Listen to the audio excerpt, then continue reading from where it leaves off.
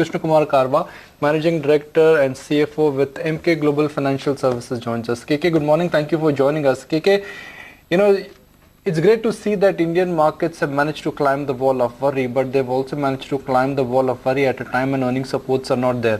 So do you think it's a matter of time that the strength will get seriously challenged and realization will haunt us? Good morning, Nikunj.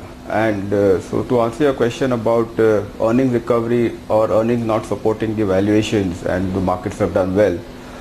See, to be very honest, the way to look at it is that the news flows of late have been very, very positive in terms of the UP election results. They have been very positive. Then what has happened is, if you look at the global economy, it's whether the US economy, Europe, Japan, China, all seem to be on a very stable to positive. So all macros are looking decent.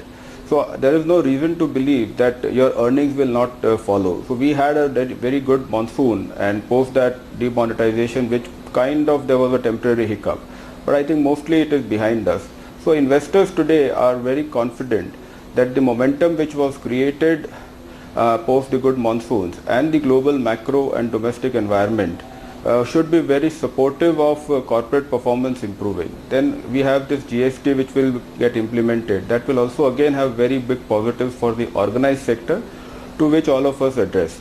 So I'm sure the expectations that the earnings will pick up, and if you look at the consensus earnings estimates growth for FY18, broadly it is between 18 to 20% for the current year. So having said that, I believe that valuations no doubt look fair and are predicated on a good earnings growth, and there is no reason to believe that the earnings growth will not follow. In fact, I believe that FY19 could be a very blockbuster year, because all the hard work of current year and FY18 will start reflecting in FY19. Right. KK, morning. The key, discussion or debate is that while the financial year gone by has belonged to mid caps and small caps, I mean a 42% appreciation for the small cap index alone, I'm not even going and talking about individual stocks. You sense that now perhaps in the financial year ahead, it could be the time of the large caps to underperform, considering under ownership, the fact that earnings already are at a low base. So now you will see the earnings recovery as well come in a quarter or two, and therefore the scope of outperformance as well. Yes, currently if you look at it, then on a broad basis, yes, large caps look relatively attractive vis-a-vis the small cap, mid cap market. Congratulations! And you should expect a good outperformance from the large caps. Also, we believe that the large caps, there are various segments or the pockets which had underperformed in the last few years, and where there could be a lot of positive outperformance coming in, specifically sectors like metals and all, which have improved now. But even telecom now probably in its last phase as far as the cutthroat competition is concerned. And even the public sector banks, where they have struggled for the last 3-4 years, we believe that going forward the asset resolution matters, etc., will get resolved, and hopefully they should have a good book value accretion. So yes, on a broad basis, your large caps currently look very attractive. But having said that, always it is important to understand that the small cap, mid cap segment is never about aggregation. It is all about bottoms up stock picking, and which is always an opportunity for astute stock investors. Just analyzing the market mood from here, KK, and clearly, in the last 1 year, what one has seen is that market men are betting on the contra calls, the underperformers, and that's where money is being made. If you look at the list of winners from the year gone by, it's metals. It's names like Hindalco, which you never even think would give you 140% kind of returns.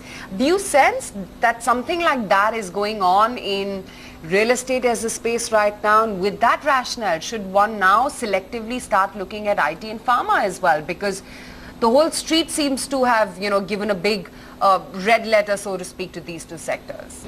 See, I am always a believer in valuations and the theory of mean reversion. So what happens in metal, now it looks like a surprise, but obviously at the valuation at which they were quoting a year ago, it was a no-brainer in terms of nobody knew when the recovery will happen, but the valuations itself were very attractive. Now similarly, if you look at IT, pharma and in real estate, so there are headwinds in the IT sector as well as in the pharma sector, and but the valuations of maybe the IT sector, most of the stocks, their business models Yes, they generate a lot of cash, so that is a very strong positive. Their balance sheets are very robust, and they have transformed themselves, the large IT companies, they have successfully transformed themselves in the last 12-14 years. So why should we believe that they should not be able to do the next round of transformation? So if you are a long-term investor, then yes, IT sector, the valuations being what they are, they offer you a good contra value investing opportunity. Pharma sector, I think there is maybe some more time left, because valuations are reasonable, but still they have not got into that attractive space.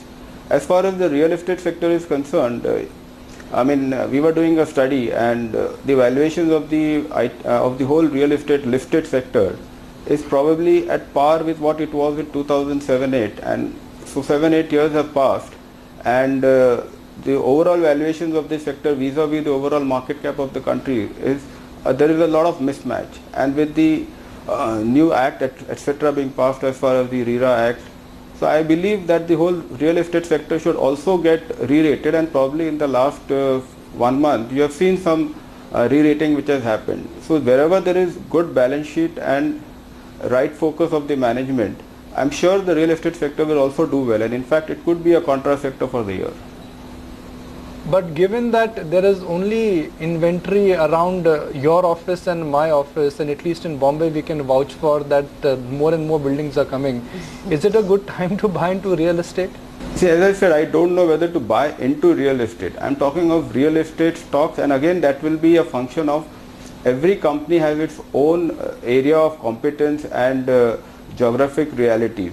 So if you look at some of the companies which are based out of Bangalore, they have a lot of rental assets in their portfolios, and they are more into they are able to sell their inventory on a very regular basis. Now some of those companies will possibly give you good returns.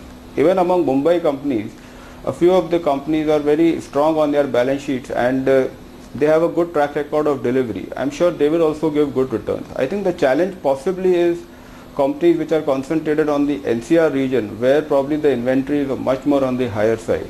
And what I understand is now commercial real estate in Mumbai, etc. Mumbai has got absorbed big time, and so that's a very positive uptick on the commercial real estate sector. I'm not talking of appreciation, I'm talking of corporates able to